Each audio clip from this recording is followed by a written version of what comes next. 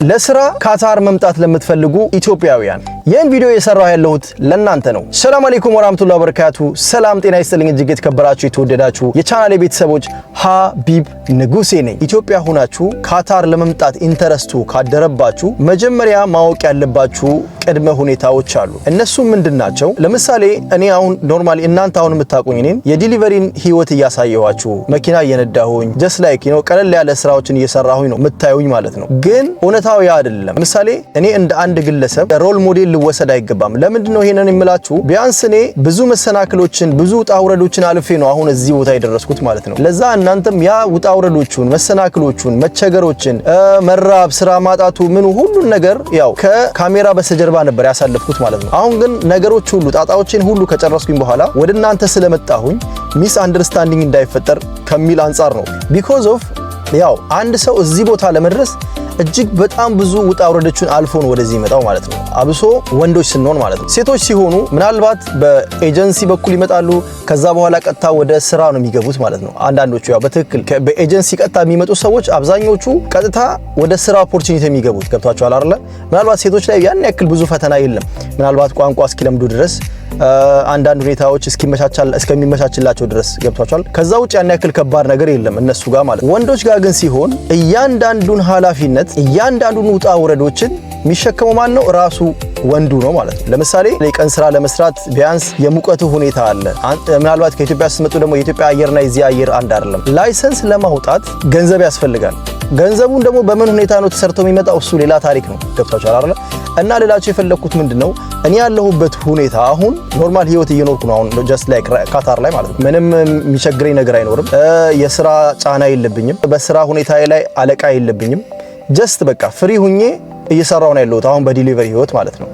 ግን የዲሊቨሪ ህይወት ውስጥ እስክትገቡ ድረስ ግን ያለው ፈተና እጅግ በጣም ብዙ ነው።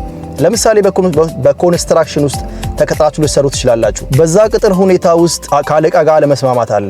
የስራ ሁኔታ አለመልመድ አለ። ብቻ ያሉት ብዙ ቻሌንጆችን ተቋቁማችሁ ነው ከዛ በኋላ የተወሰኑ ገንዘቦችን ሴቭ እያረጋችሁ ከዛን ወደ መንጃ ፍቃድ የምትገቡት ማለት ነው። መንጃ ፍቃድ እንኳን ጀስት ላይክ መንጃ ፍቃድ እንኳን ለመውሰድና ከዛ ወደ ዲሊቨሪ ህይወት ለመግባት እንኳን የመንጃ ፍቃድ ፕሮሰስ ራሱ ቢያንስ በትንሹ ማለት ነው ከ1 ዓመት እስከ 1 ዓመት ተኩል ነው የሚፈጀው ማለት ነው። መንጃ ፍቃድ ብቻ ለመውሰድ ለምሳሌ እናንተ ቤት ቁጭ ብላችሁ የመንጃ ፍቃድ ገንዘብ እንኳን ቢኖራችሁ ቢያንስ እርግጠኛ ሆኜ እነግራችኋለሁ ማለት 1 ዓመት ከ1 ዓመት በላይ ነው የሚወስደው ፕሮሰሱ ማለት ነው። ይሄ ለምንድን ነው እንደዛ የሚሆነው? ለምሳሌ ስትመዘገቡ ኮምፒውተር ለመፈተን ወይ ደግሞ የኮምፒውተር ለመፈተን ምናልባት የምትቀጠሩ ከ3 ወር በኋላ ሊሆን ይችላል ለፈተና የምትቀጠሩት ማለት ነው። እስከዛ ድረስ ግን በየቀኑ ስለ ኮምፒውተር ስለ ምልክቶች ማለት ነው እነሱን ኮርሶች መውሰድ አለባችሁ። የሚሰጣችሁ መጽሐፍ አለ፣ እሱን ታነባላችሁ። ከዛ በኋላ ከ3 ወር በኋላ ነው እንደገና ለፈተና ሬዲ የምትሆኑት ማለት ነው። ከፈተና በኋላ ደግሞ ወይ ማለፍም አለ መውደቅም አለ። ስትወድቁ እንደገና ሌላ ቀጠሮ ነው የሚሰጣችሁ። ከወደቃችሁም ሌላ ቀጠሮ ነው የሚሰጣችሁ። ከብቷችኋል አይደል? እንደገና ያን የኮምፒውተርን ፈተና ካለፋችሁ በኋላ ደግሞ እንደገና አሁንም ወደ ምንድነው የምንገባው?